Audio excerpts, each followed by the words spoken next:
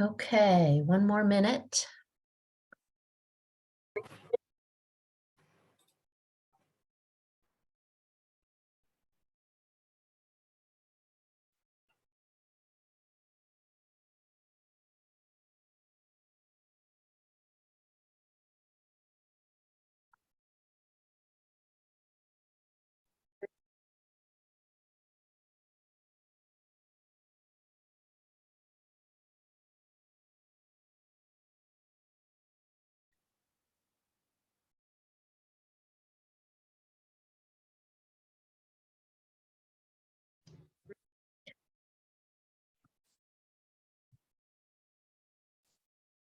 Okay, I think we'll go ahead and get started.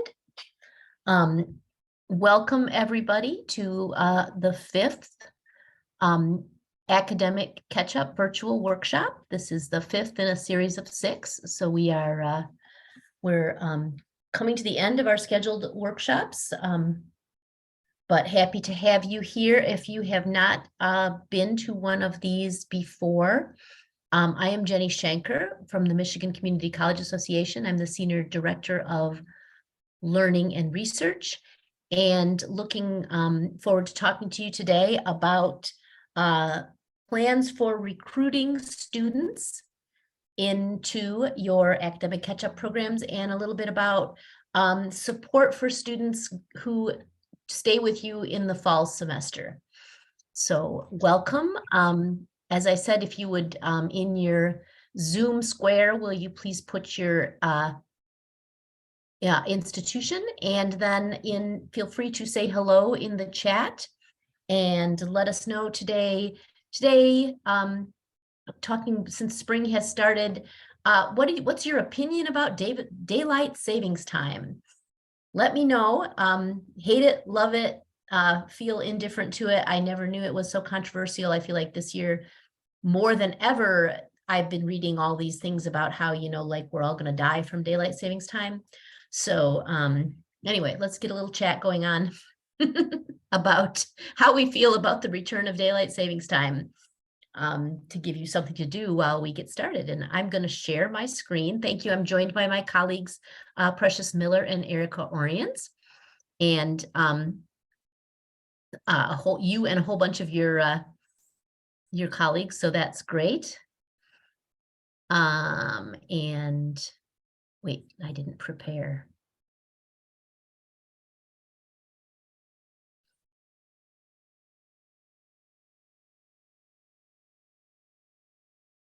Okay. Now I'm share ready.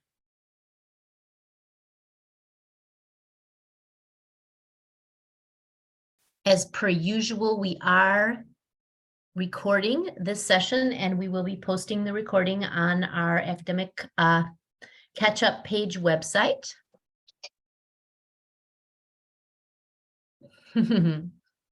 Kristen, I think I'm with you, actually. More daylight savings time all year round would be nice. Except I don't like having to get up in the dark. So, that's the downside. But anyway, here we are, workshop number 5. And as we usually do, we're doing our welcome and introductions. We're going to start with some updates and general questions. We'll talk about recruiting strategies, and questions about supporting completers in fall 2023, and then just a really brief look at what's next. So updates and general questions. I don't have any real updates, but I want to thank everyone who has returned their MOU. I think that we have either heard from everybody, or we have either received your MOU or we're in conversation with you about when it's coming. So thank you very much for getting those in.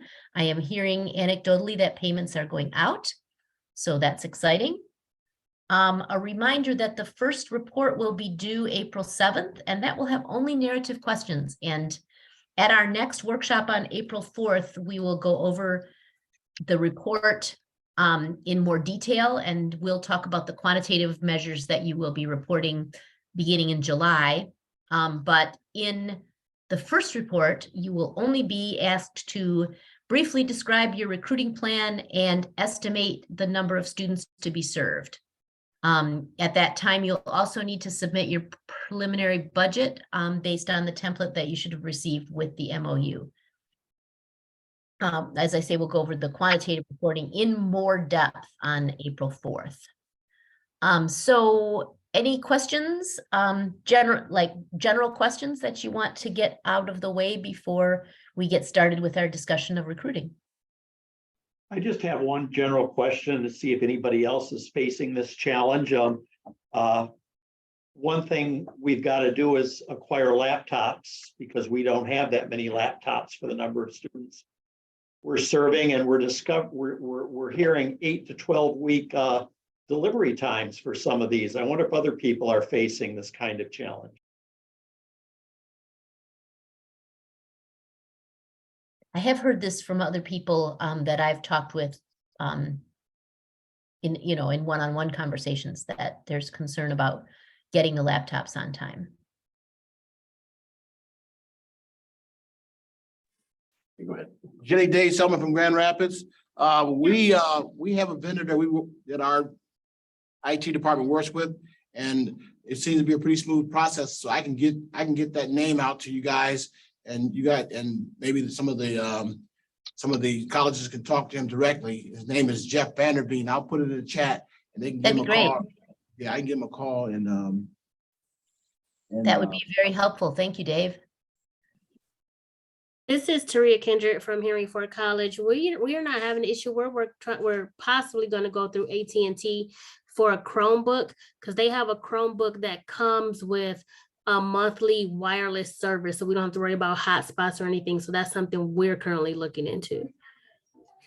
Great, thank you.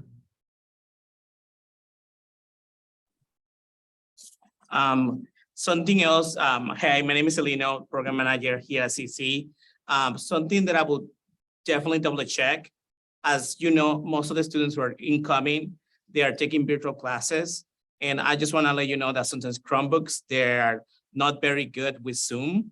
So if you're planning that to have the students use this and keep the laptops for the either far or after that, I would definitely consider having a conversation with your IT department.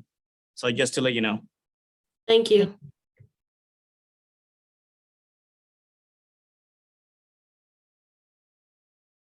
Other input on the laptop Chromebook discussion? Any other general questions?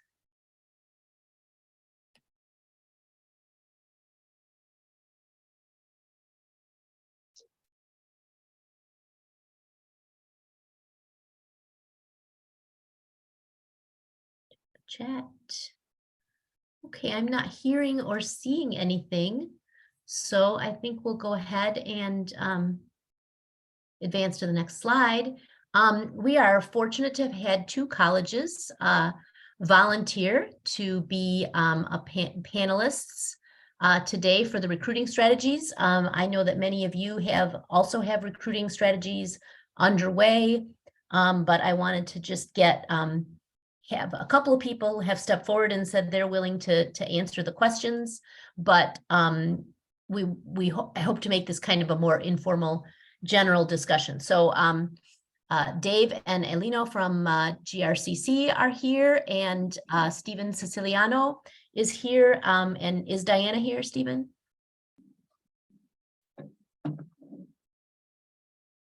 Yes, From- she's I'm here. Oh, great, from Northwestern. So fantastic. I have just a few questions for you guys.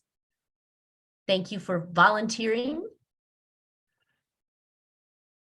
Okay. Question 1.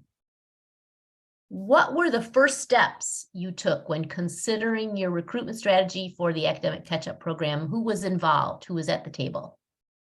Okay, so Jenny, I can take it first again. Dave Summer from Grand Rapids. We're from a large area where Grand Rapids Public Schools is probably one of the biggest districts in the state. And so we definitely included them. We had them at the table, their lead counselors. We also attended meetings, council meetings to market this. So that was one of our first steps that we actually had, that we made as far as initiating this program. We wanted to introduce to the teachers, to the counselors who actually, help the students transition on to college. So that was our first strategy that we wanted to actually execute. And also we sent a letter from our provost to this area superintendents with the hope that they would trickle down to the principals and then to the counselors, meaning the matters of importance. So they would see that it came from the superintendent, which would make them probably respond to it a little quicker. So that was kind of our first steps of recruiting. We wanted to make sure that the superintendents were on board Great. of our recruitment area. Yeah, Northwestern. so one of the things that you always have to consider is who actually touches a student basically and talk to them every day. So that's why we noticed that having that interaction and having the counselors and the people who basically work with the students basically for 2 semesters, for 8 months, they are the best person basically to work as a recruiter and advocate for the students and let us know and connect them to the resources that the students need before they even put a 1 foot door here at the college. And at the same time, also having the people here at CC in the admissions department that connect with the students as well, having a seat in the table and having conversations with them. That's also one, and make sure that they know this information. They're also gonna be the best recruiter that you're gonna have in your corner, basically at your university or college. So by having that seat and talking about it, that was basically one of the things that we made sure that is included, and that included financial office, admission office, recruitments, enrollment. So whatever can help you getting that information out there, even if your offices offer like either do enrollment, these are the students who are going to be graduating, that can also help transition that information to those students before you send any letters or any communication out there. So that way they know when the students ask them, hey, do you know this program at this university or college? So they know how to answer that question. Thank you. Northwestern, did you want to add something? Yeah, I'd agree. We took an integrated approach to our problem solving with this also, and really wanted to make sure we hit as many touch points with appropriate information throughout not only our local school district for our county that we serve, but also the 5-county region of the service area.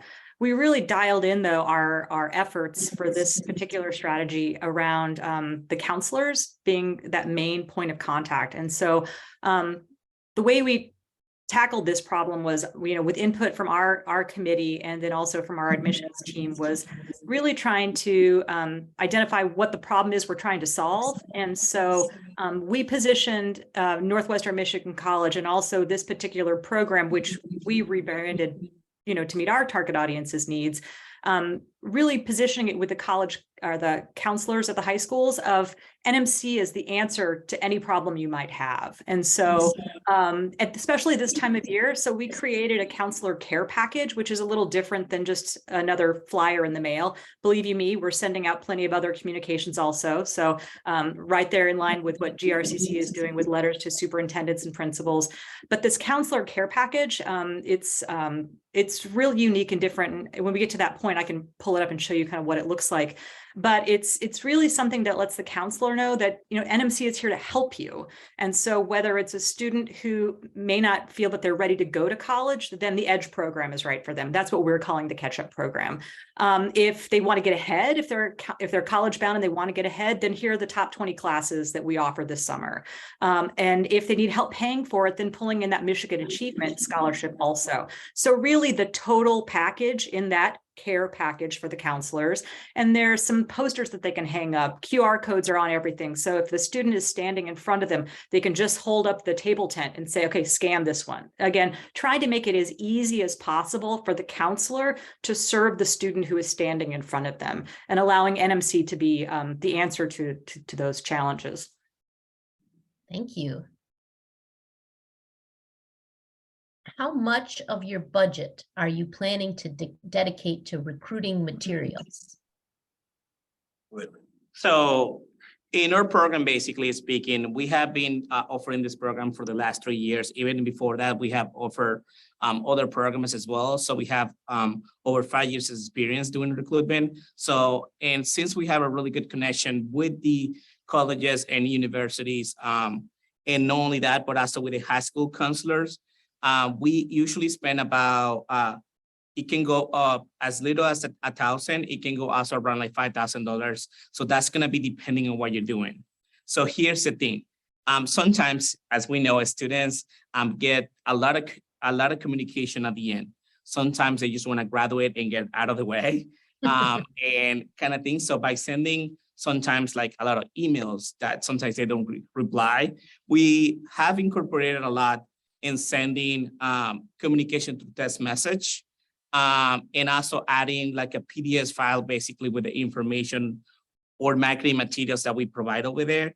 But also we want to make sure that the parents are also informed. So we actually have sent postcards to the students who potentially have applied for the university or college, and send that basically information to them in case that they haven't signed up for any classes. So depends on the target that you're trying to reach. You can definitely reach out to an office like record office potentially in your area, and then try to see if you can develop a list of students and send that information to them. Usually sometimes that we try to do it by waterfall, which is basically we do it first the students through email. After, it might take about 3 days for them to revise that information. Then we send a text message with this information a couple of days later. So you're having different touches of different dates. So they are not receiving everything in one day. And then later on, like a week after or two, you send the postcards, and that's when they also get that information ready. But the way that you have to make sure that you do it is you have to, at least that what has worked for us in the past 5 years. We always want to make sure that first the high school counselors know what they're doing and what the program is about, and then the students, and then the parents. So that way, in case that they go back and ask this, or they call someone in the high school, they already kind of know or have an idea either what office or what page to go or who to reach out or who to guide them to. So usually, yeah, that's a long answer, but that's basically our work. Jenny, Thank so, I would say $5,000 to $7,000 tops is what we've been spending on the average. So I know Lino sort of gave the long round answer, but yeah, about $5,000 to $7,000, and a lot of our communication is done electronically with texting and things like that. Sue has spent big time money on CRM texting. So we use Mongoose Candace, which is basically a text message communication company that usually focuses in higher education that has worked a lot with us. And that's usually the communication that we use. As you guys know, most of the students easily spend a lot of the time. They're not in the classroom with the cell phones in their hand, even during the classroom. So we have noticed that communication through text message has worked better than any communication either by phone or email. Great, And thank you. things we purchased, like T-shirts here, the Ready T-shirts. We also have gotten backpacks that we have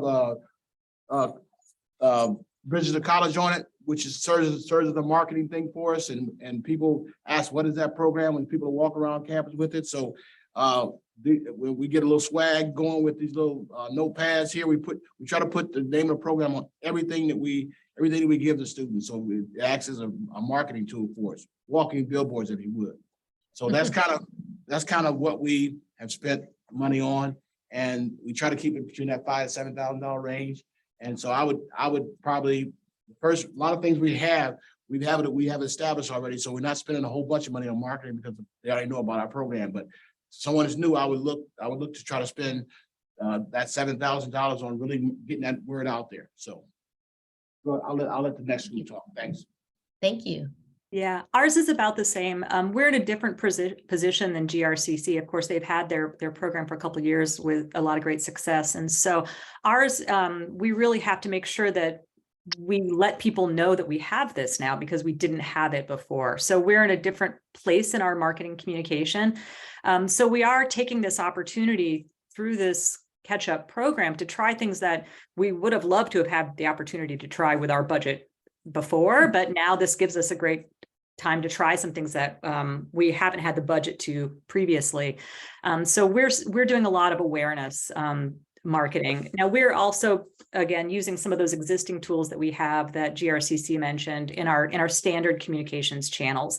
So that will be part of our communication. But I think for us this first year especially is really making a splash, especially with that counselor audience for us. We have paid ads also, but we actually just worked in the Edge, our College Edge program, which is a catch-up program. We worked that into our existing ad schedule, so we didn't use any additional paid advertising dollars for that.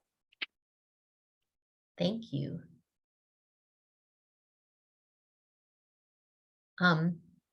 Okay, so I think we kind of covered some of these, particularly with the text messages and the emails, but are there any other strategies that you're going to use that you haven't talked about?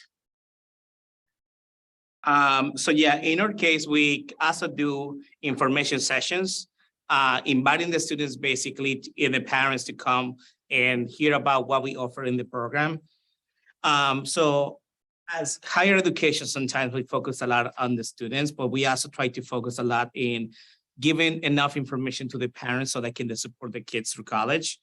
And this is going to be a different type of question, but we also do parent engagement where this parent comes and gets to know a lot about how the college works and financial aid, and other resources such as adult education or Reconnect or any offers like that or scholarships that it can. But especially to the counselors, something that we try to do is build a sense of community with the high school counselors. Potentially, I would definitely suggest we have a really good relationship with the high school counselors coordinators, where we get invited to the meetings either bi-weekly or every month. So they already know us. So they know that when they send their kids to us, they are being referred to people who are actually going to take care of them. So we do breakfast every, usually kind of like every semester, like a professional breakfast where we invite all the counselors and talk to them basically about what we offer as a community college. But then we also talk about Bridges to College at the same time. And they get to, just like we're doing right now, we're gonna do the same thing for high school counselors. And that way we are prepared, they are prepared to answer technically any questions and providing any materials that they need, and any resources for them. Yeah, and Jenny, we also have went on noon hour talk shows here on in Grand Rapids, and a lot of parents are watching these shows. It's called 8 West. And once we went on that show, they've actually put our link to our program, and we got a lot of a lot of footage that way as well. So we do plan to do that. And that sometimes that it is a cost, but the college has a standing contract with them. So it's all kind of different things are marketed there. So that's one of the additional things that we do. We do go on a noon hour talk show. So that's another marketing thing. Great. Yeah, right. Don't forget media, radio and TV, right? Yeah. Diana, do you have any unusual? Yeah, well, I wouldn't say unusual. I think they're all part of our toolkit, from our paid, owned, earned, and shared media. So we are making sure that throughout all of our media, we're engaging with the audiences. Something that's a little different for our areas, we've got a lot of folks up here who are here for the summer. And so we're making sure that we're also communicating with maybe families who live up here who may have their, grandchildren or children coming back, so that's an audience that I think may be a little unique to us and some of the other parts of the state. We're working really closely with our admissions team also and our student success team. And we have other events that are happening and making sure that this event is incorporated into those in-person events also. Hey, Diana, can you put your contact information in the chat? I'd like Absolutely. to talk to you a little bit more about the toolkit for counselors. I did like Sure. that. Our graphic designer just sent me the final visual proof of it today, and it's glorious. So if you Oh, want I'm going to give you a chance to show it in just a minute. Yeah, thanks. Thank you. All right. So kind of a good segue into this, are you recruiting beyond high schools? Are you looking towards adults? Diane just shared they're looking at the grandchildren market, which I think is very, very creative. Are you looking beyond your high school students? Are you trying to get those reconnectors in or any other populations that you're looking at? Yeah, so we are looking at the Reconnect students, which is the average age is probably, it went down to 25 with Reconnect, they just changed that. So we are arming the counselors with information about this program. So if they see that if an older student or non-traditional student can benefit from this, they are sending them our way. So we are in a sense reaching out to them that way. But our main goal right now is really graduating seniors. And if we get all the ones that we can service, then we'll be way over our numbers there. So we shouldn't have any problem recruiting. We haven't had any problems recruiting. So again, we got some big incentives out there. So if a student comes to us and they are older, then we are reaching out to them if they can show reason to benefit from the program. If that answers your question. Yeah, Thank you. kind of like by developing a sense of belonging with the people out there and the counselors in the community. We also have attended to outreach events other in the community and connecting with those that actually serve potentially the community that or the demographic that you're serving. We have done really good connections. And we honestly had sometimes over 400 to 500 applicants in our program. So sometimes we do it as a first come, first serve. So by doing all of this and making sure that we're working ahead of time and building those relationships with not only the staff that you have in your college, but also the ones that are out there, it does help a lot. So. Thank you. Yeah. And I have stopped my share if Diana wants to show her brochure, and then also Dave and Elino, if you want to show anything that you have created, this is an opportunity. Yeah, I did just want to answer about if we're targeting anyone other than the high school student. Absolutely, yeah. We are focusing primarily, on the high school student, but we made sure in our copy to mention that it's, any student who's starting college at any college in the state. So we did try to stress that. And we have a couple of owned media outlets that we're making sure to really highlight the wide variety of ways the state is investing in community colleges to the benefit of our learners. And so, for instance, our Nexus magazine that comes out twice a year, the cover story is, Michigan's Big Bet, and really talking about how the state is investing, again, in the trusted partner of community colleges to make sure that the state has a bright economic future. And so really highlighting, I think that's showing the adult learner and the traditional learner, there are many different ways that the state has your back for this, and that the community college is your place to get that needed training. So it's a less direct approach, but I think it's an important message that we're really trying to get out there. Yeah, actually, I read that article. I think it's great how you were able to describe all of that synergy between the programs. That was fantastic. Okay. Folks on the line, do you have questions for our panelists? And what I'll give them, meanwhile, I'll give Diana first a chance to pull up her file, and then we'll see if Dave and Alino have one they want to pull up. And meanwhile, jump in with your questions for our panelists.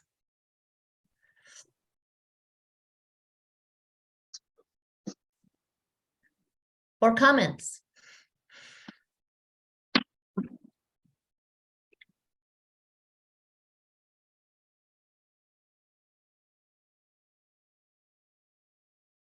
Jenny, I wonder if I could ask a question. course. If people could describe a little bit more how you're talking about the benefits of the program to students.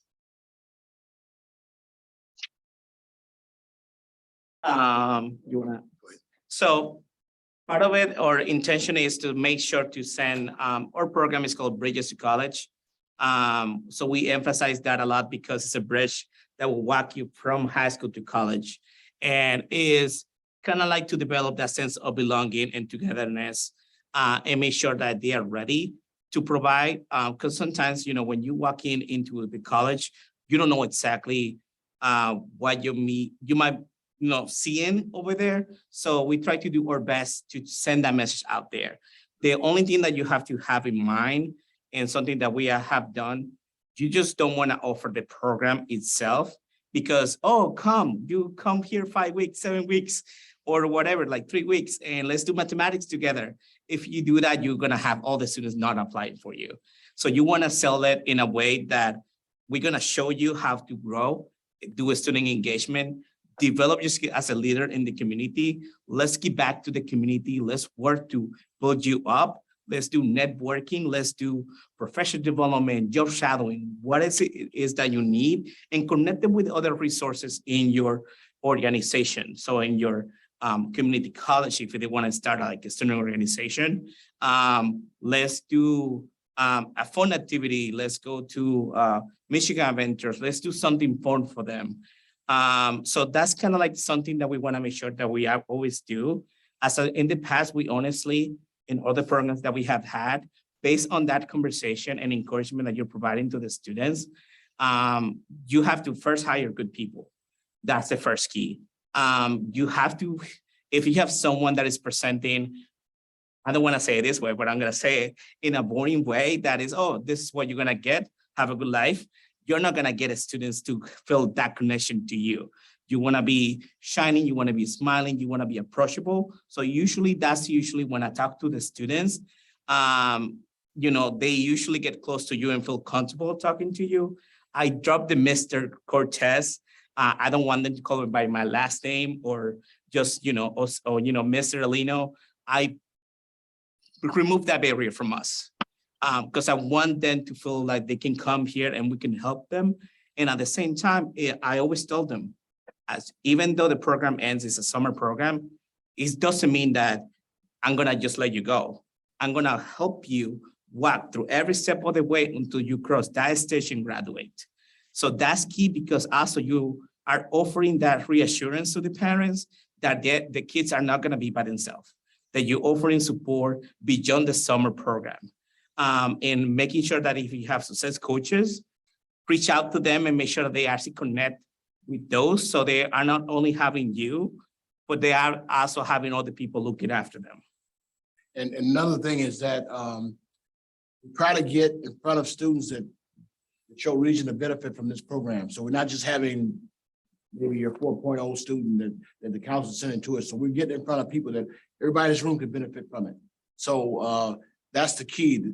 We're not having just anybody come to the door. We're asking the counselors for students that can benefit from this. We know what we're giving. So we say, hey, give us those students that can benefit from it. So we're not standing in front of a person that is a good writer and a good math student. We're sort of sitting in front of students that maybe that's average, or maybe needs to get some remedial stuff done. So I think that's the key, is getting in front of people that can benefit from the program. I would say that's how we're promoting it.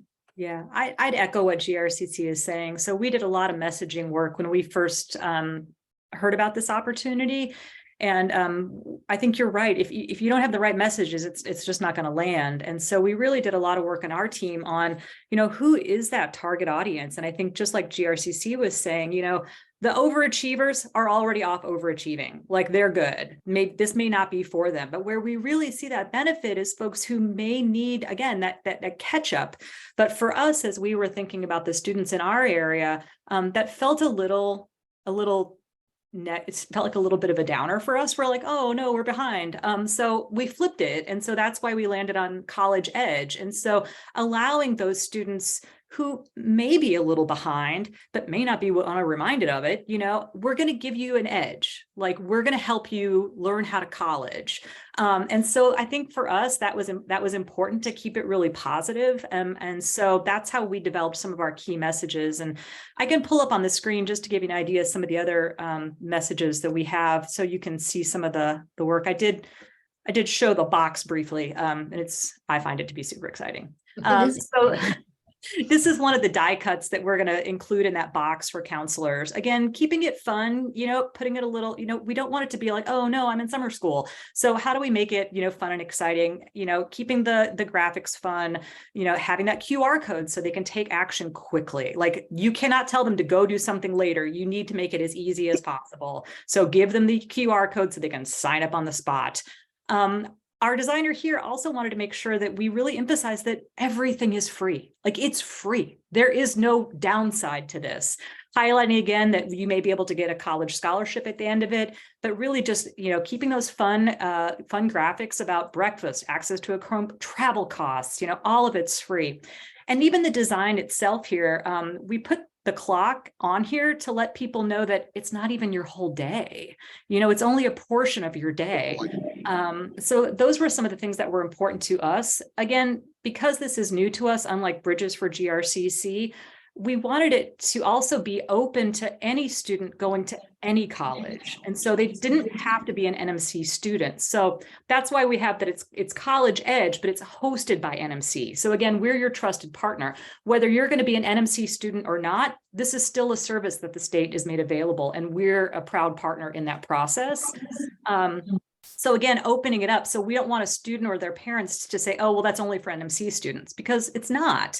Now, when we do a good job and they are in the program, they will say, oh, I feel really comfortable on NMC's campus. NMC's, staff and faculty are really supportive. And so then we have a marketing plan and communications plan for students who are in the program to then build that affinity for NMC when they're in the program, so they can maybe continue on. But really getting them in the door was the most important part for us out of the gate. So this is one of the pieces that we have. Like I said, we've got a wide variety of things, but these are some of the messages, key messages and key design concepts that really kind of run throughout the whole package. Thank you. Other questions, comments for the panelists?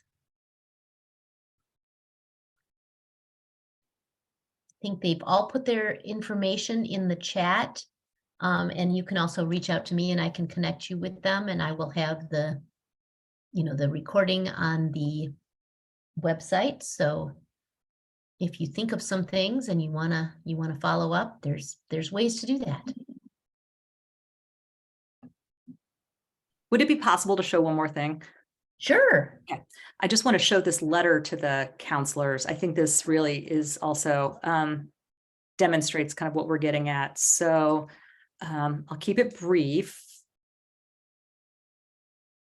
But this is the cover letter that will go in those boxes. And so again, no matter the question, NMC can be the answer, recognizing, hey, this isn't a formal stuffy thing, but we're here for you, counselors. And then showing again, how NMC is the answer, and just giving a little guidance about whether it's College Edge or Michigan Achievement, FAFSA, the 20 summer courses. And so something within that toolkit, these are some of the pieces in there. And again, your friends at NMC has you covered. So being that solution for the college counselor at the high schools to be able to meet their students' needs. And also, I forgot to mention that we do have an online toolkit available. So if the counselor wants wants or needs additional materials, then they have easy access to that. They're just going to go on our site, and a whole digital toolkit is also available to them. So trying to anticipate what their needs might be, and helping them kind of make their lives easier so that they can make the students' lives easier. Thank you. You're welcome. That's great. Those are beautiful materials. And Erica has just put in the chat that Brandy Johnson has shared some state level resources for those who are still struggling with purchasing. So click that link if that is of interest to you. Here's some more, a couple of links. And then I also wanted to give an opportunity for our colleague from MCAN, Jenny McCardle, mentioned that, or is with us today and is going to share with us some thoughts about resources that they have access to that might help you with recruiting. And I don't know, Jenny, if you have slides or if you just want to talk. I do. Can I? Okay, and I will unshare and you can share. Thank you. And I just need permission from you to do that. Hang on, I just need to stop my share and then you should be okay. All right.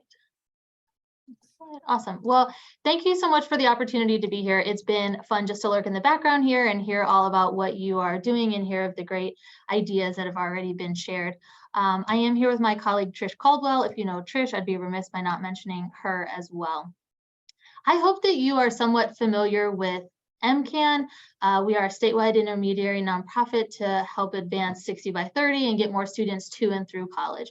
I hope that what I'm sharing with you is stuff that you already know. If not, great, but I hope that you're already connected to some of our resources. What I wanted the opportunity to do is remind you of some of the things that we have within our vast statewide network that could be supportive of you alongside all of the great things that you have already shared. So first, I want to mention that to remind you that we do have college advisors in high schools throughout the state.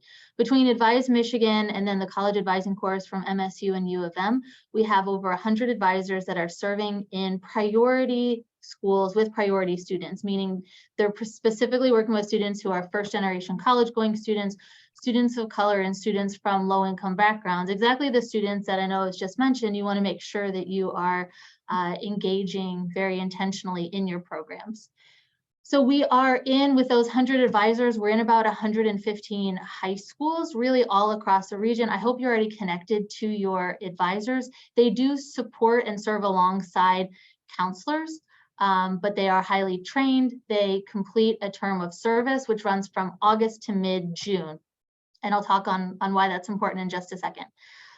So opportunities for you then with the fact that there are over 100 advisors serving in high schools throughout the state. One is on the side of student recruitment. I hope that you see the college advisors in high schools as another avenue to share information and encourage students to take advantage of your programming. We are in constant contact with them.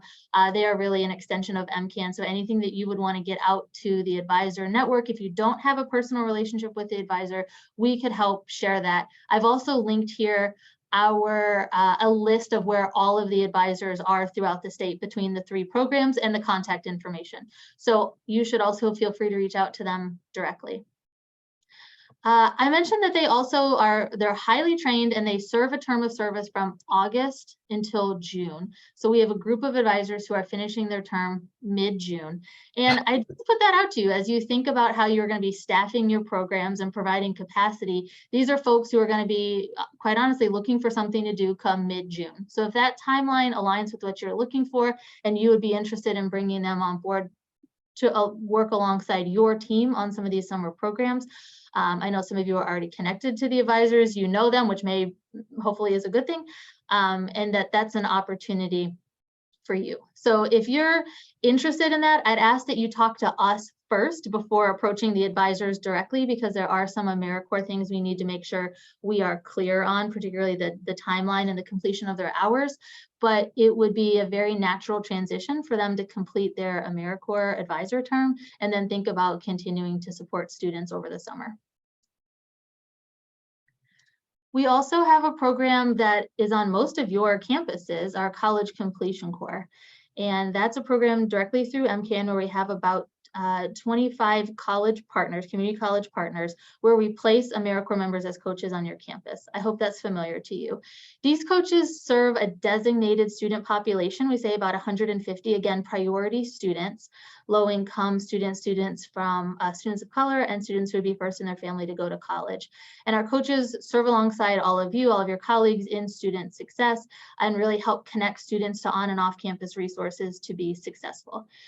These coaches serve a term of service that begins in the fall and really does run through the summer. So they will be currently employed by MCAN during the times that your program is running. So they can't be, leveraged as your staff, but they are, again, hopefully, as you know, connected to your campus community, to your students. And I believe that, depending on how you do recruitment and frame your program, that there would be students who are in your summer program who would then potentially be in a coach's cohort come fall. So going back to the idea of the continuing support for program completers, right? That once students finish in the fall, they could potentially be supported directly by a completion coach that you would have on your campus. Also, our existing coaches could help support some of the programming that you're doing, right? They wouldn't be leading the academic catch up, but they could certainly share information. They could lead certain sessions as it relates to student success. So if that's of interest to you as a way to help flesh out your staff and think about continuing support for completers, again, please talk to us before you talk to the coach, because we want to make sure that we're being very clear with them on expectations. Because they're AmeriCorps, there are definitely things that they can and cannot do. And the last thing we'd want to do would be to put them in a position where, you're now asking them to do something that they can't do, which is always the case. But I think that the coaches could be a great resource for you as you think about crafting a summer success program on your campus. And the other piece that I'll mention is that our coaches and our advisors are closely connected. Trish is the program director for both of those. She's got those logos in her background. So that's a great transition point for us, where we have advisors in high schools that can do a handoff to coaches on campuses. So we have that continuity there. I know you're also very connected to the high schools in your area. MCAN is also connected to high schools around the state, particularly counselors, but other school staff as well. We have an very active counselor listserv with over 1,000 counselors throughout the state. They're asking questions all the time. Some of it is a way for MCAN to push out information, but a lot of times they're asking questions as well, and we try to jump in. It's really for them. We try to jump in where helpful to answer questions or send people in the right direction. But again, I know you have great relationships with counselors. If there's ever an opportunity where you want to get your messaging out to a wider audience, I do want you to know that this listserv exists. We have ongoing professional development webinars on a very, very regular basis that draw, hundreds of school staff on a regular basis. And we use that as an opportunity to share information with the field as well. Like the MCCA, we have strong partnerships with associations, including the K-12 Association. So again, I know that you have strong local relationships. I know there's also always turnover. So if there's anything that we can do to be helpful connecting through, especially the K-12 associations, including, secondary school principals or, superintendents, we're happy to help share information. Also, you as well, but we're proud of the strong partnerships. And then we have a robust newsletter. If you're not getting our newsletter, I'd encourage you to do it. I'm the first person to say I hate newsletters, but I know they just sit in your junk. I think our newsletter it's very actively cultivated to be relevant for you, to share opportunities, to share grants, to share tools, to share resources. We don't do it because we need something else to do. We share it as really the best conduit to get a lot of information out to our very wide network of thousands of folks throughout the state. So if you're not on that, I'd encourage you, just go to our website and you can click to sign up for the newsletter. If you hate it, tell me I'm wrong and unsubscribe yourself from that, but no harm done if you do get some access to more information by getting onto that newsletter.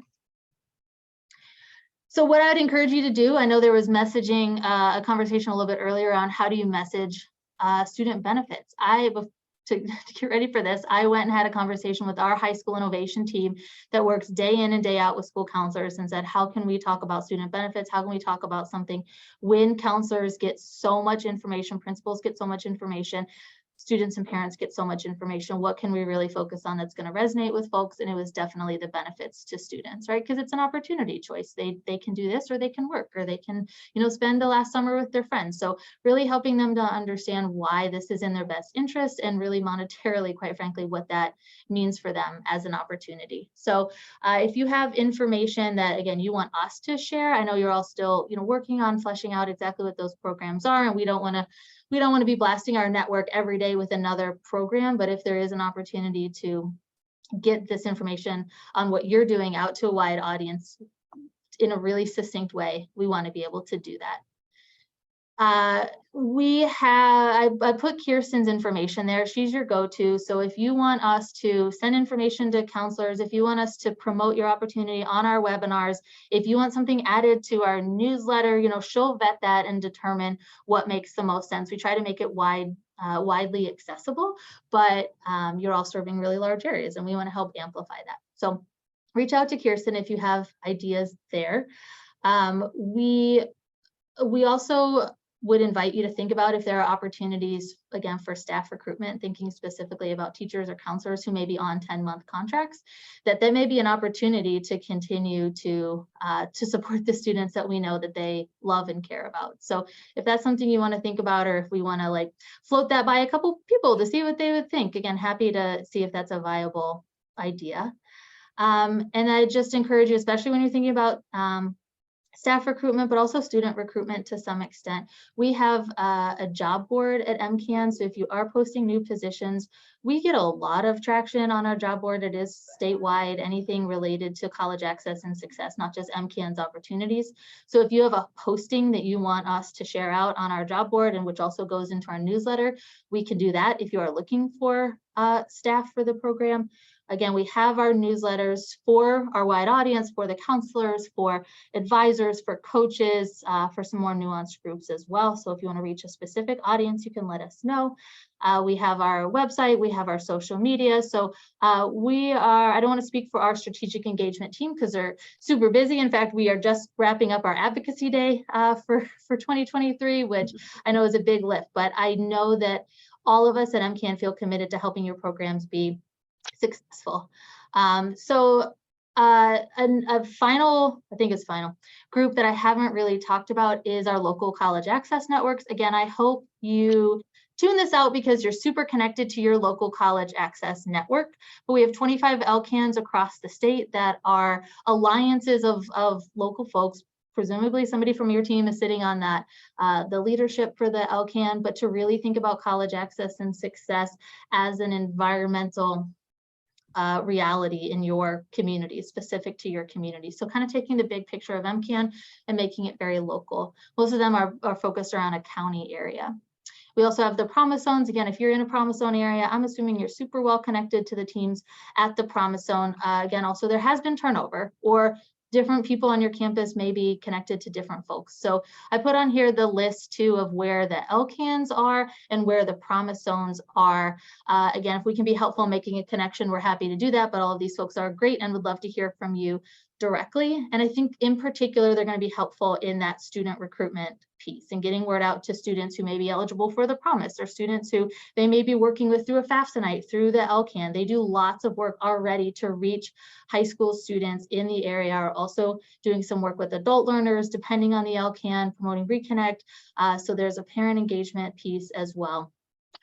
Again, right before here at our advocacy day, I was connecting with some of the LCANs to say, what do they want us to share with you about how they could be supportive? And the message was just, we're all in on this. We want this to be successful for the campuses. So engage us if there's anything that we can do. We want to help get the word out. We want to, push, we want to make connections because it's really important for that local connection piece as well. So That's pretty much what I have. I know I have some hyperlinks in there. I'll make sure Jenny has the slides to share out if you're interested. Also, we have a great website, so you can find any of that on our website. If you are interested in something and you don't know exactly who to go to, just start with me. I am happy to connect you to any of the folks on our team or anyone else in our network if we can be helpful to you as you think about that student recruitment piece as well as that staff recruitment piece and connecting to our advisors and coaches. That's what I had. Thanks, Jenny. Thank you, Jenny. That was great. That was a ton of information and really, I hope, very useful. And I will get those slides on the web page where we are storing all of the information about academic catch-up. So you'll have a link to the slides there as soon as I can get that, get her slides and get that loaded up, along with the recording of this webinar. So I wanted to just take a breath for a moment and see if anybody had any questions about anything that we have talked about so far, including for the MCAN team.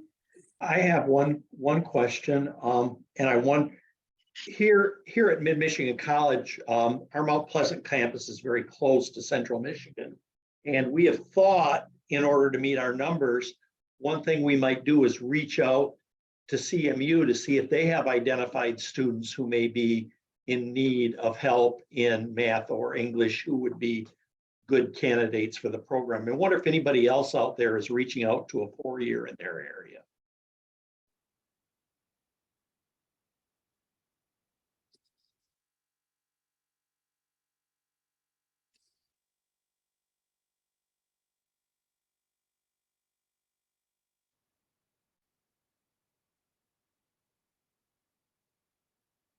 Not hearing anything. Anybody speaking with 4-year partners? Something to think about. So the time has flown, as it does in these meetings. We don't have time to do the poll on how you're going to support completers in the fall, although we may be able to do that in our next meeting. We're into the remaining questions. I definitely, I'm excited by the idea of promise zones. That's a really good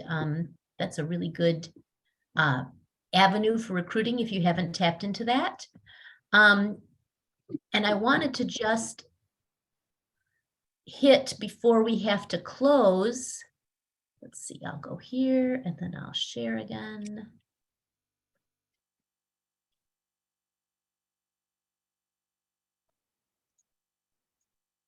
I wanted to Jenny, I had a Jenny, I had go a ahead. question. Yes. Yes, go for you it. were saying that April would be the date, April 7th, I think you said the date would be that you asked the programs, how many people do they plan to serve? I noticed that a lot of programs have 2 sessions, so they may not have those numbers for you at that date. Does that mean that you take funds away if that number is down?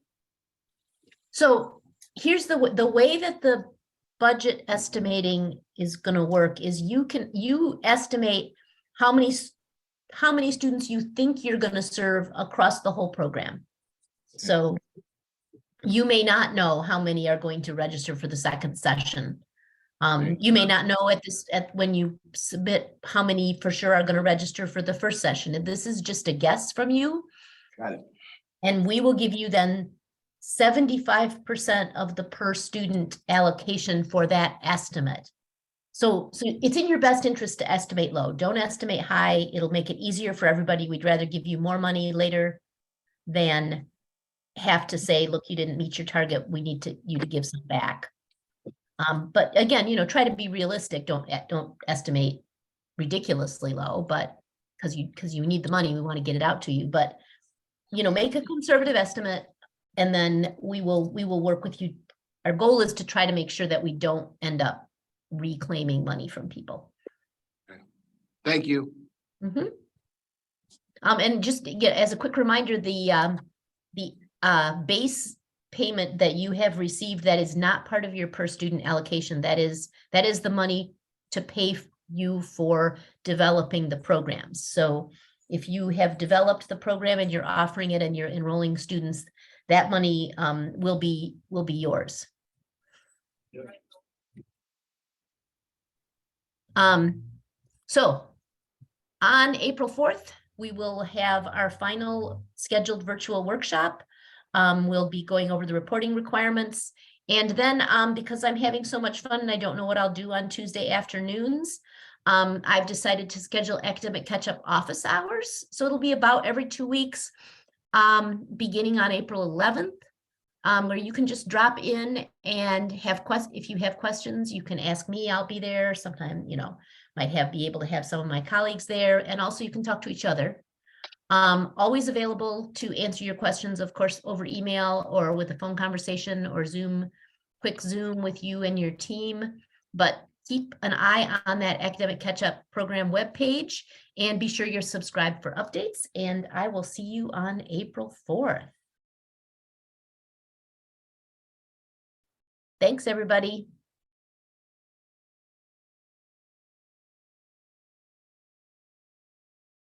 And then thanks to the panelists.